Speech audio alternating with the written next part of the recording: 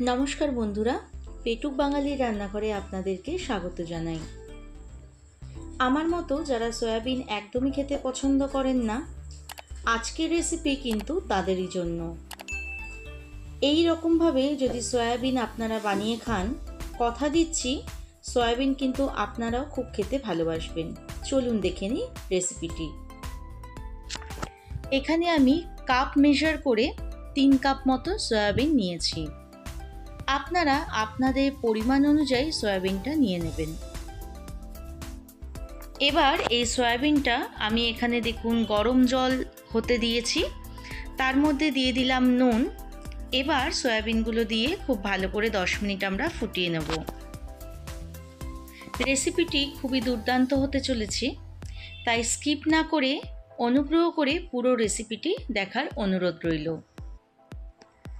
আমার রেসিপিগুলো যদি আপনাদের ভালো লাগে তাহলে সাবস্ক্রাইব করে পাশে থাকা বেল আইকনটি অবশ্যই প্রেস করে দেবেন, যাতে সবার আগে নোটিফিকেশানগুলো আপনার কাছে পৌঁছে যায়। আর অনুগ্রহ করে সকলে নোটিফিকেশানটি অন করে তবে ভিডিওটি সম্পূর্ণ দেখবেন। সয়াবিনগুলো ভালো করে সেদ্ধ করে আমি দুবার ধুয়ে জল চিপে নিয়েছি। এবার এই সয়াবিনটা একটা আমি ম্যারিনেশন করব। দিয়ে দিলাম এখানে আদা রসুন বাটা, আর দিয়ে দিচ্ছি কর্নফ্লাওয়ার, আর দিয়ে দিলাম এখানে ময়দা। আপনারা চাইলে পুরোটাই কর্নফ্লাওয়ারে করতে পারেন।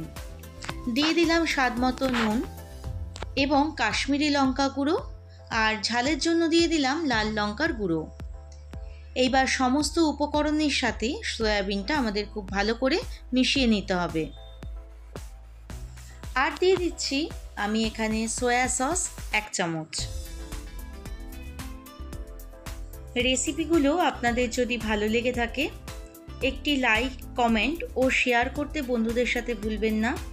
আপনার একটি লাইক এবং কমেন্ট আমাকে অনেকটা ইন্সপায়ার করে আগে এরকম নতুন রেসিপি বানাবার জন্য। আমাদের সয়াবিনগুলো কিন্তু ম্যারিনেট করা হয়ে গেছে। এবার কড়া বসিয়ে এর মধ্যে আমি দিয়ে দিয়েছি সাদা তেল। তেলটা কিন্তু খুব হাই ফ্লেমে রাখবেন, যখন প্রচণ্ড গরম হবে তখনই কিন্তু সয়াবিনগুলো আমাদের দিতে হবে। সয়াবিনগুলো আমরা কিন্তু মিডিয়াম ফ্লেমে ভেজে নিচ্ছি। সয়াবিনগুলো যখন পারফেক্টলি ফ্রাই হয়ে যাবে তখন দেখবেন তেলের ওপরে আস্তে আস্তে ভেসে উঠেছে, তখন আমরা সয়াবিনগুলো তুলে নেব। তাহলে এইভাবেই আমরা নেক্সট ব্যাচের সয়াবিনগুলো ভেজে নিয়ে ফিরে আসছি। এই রেসিপিটি এতটাই দুর্দান্ত হয় যে একবার বানালে আপনাদের আবারও বানিয়ে খেতে ইচ্ছেই করবে। এখানে বলে রাখি, নেক্সট ব্যাচের যখন আপনারা আবার সয়াবিনটা তেলে দেবেন, তেলটা কিন্তু ভালো করে আবার হিট করে তারপরে দেবেন। এতক্ষণ যে তেলে সয়াবিনটা আমরা ভেজেছি সেই তেল কিছুটা কমিয়ে নিয়ে সেই তেলের মধ্যে দিয়ে দিচ্ছি আদা কুচি ও রসুন কুচি। 30 সেকেন্ড মতো ভেজে নিয়ে দিয়ে দেব বাকি ইনগ্রিডিয়েন্টসগুলো। দিয়ে দিচ্ছি এখানে পেঁয়াজ। পেঁয়াজগুলো আমরা একটা বড় সাইজেরকে 4 টুকরো মাঝখান থেকে করে নিয়ে তারপরে এভাবে ছাড়িয়ে নিয়েছি।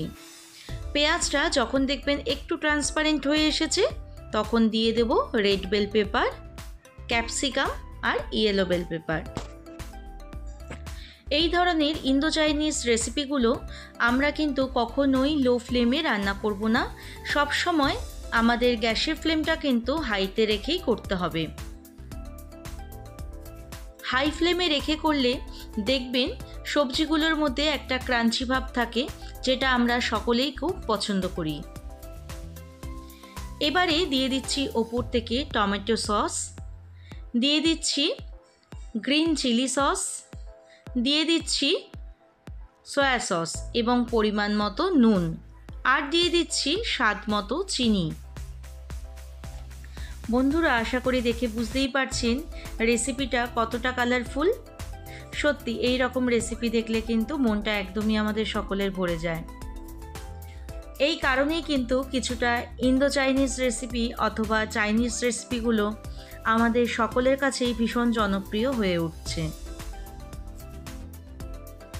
এবার ভেজে রাখা সয়া নাগেটসগুলো আমরা দিয়ে খুব ভালো করে মিশিয়ে নেব। আচ্ছা, এখানে বলে দিই, যখন আপনারা সসটা অ্যাড করছেন সেই সময় কিন্তু গ্যাসের ফ্লেমটা লো রাখবেন। সসগুলো অ্যাড করা হয়ে গেলে তারপর আবারও গ্যাসের ফ্লেমটা হাইতে রেখে আমাদের পুরো রান্নাটা কমপ্লিট করতে হবে। তাহলে দেখতেই পেলেন বন্ধুরা, কত চট করে একটা দারুণ এরকম ইন্দো চাইনিজ রেসিপি আমরা আজকে তৈরি করে ফেললাম। রেসিপিটি বাড়িতে অবশ্যই একবার ট্রাই করে জানাবেন কেমন হয়েছে। খুবই সুস্বাদু হয় এই রেসিপিটি। যারা সয়াবিন একদমই পছন্দ করেন না তারা কিন্তু এই রেসিপিটা অবশ্যই একবার ট্রাই করে দেখতে পারেন। এবার ওপর থেকে একটু ধনেপাতা কুচি আর দিয়ে দিলাম সাদা তিল। আমাদের পুরো রান্নাটাই কিন্তু আজকে তৈরি হয়ে গেছে। চলুন এবার সার্ভ করি।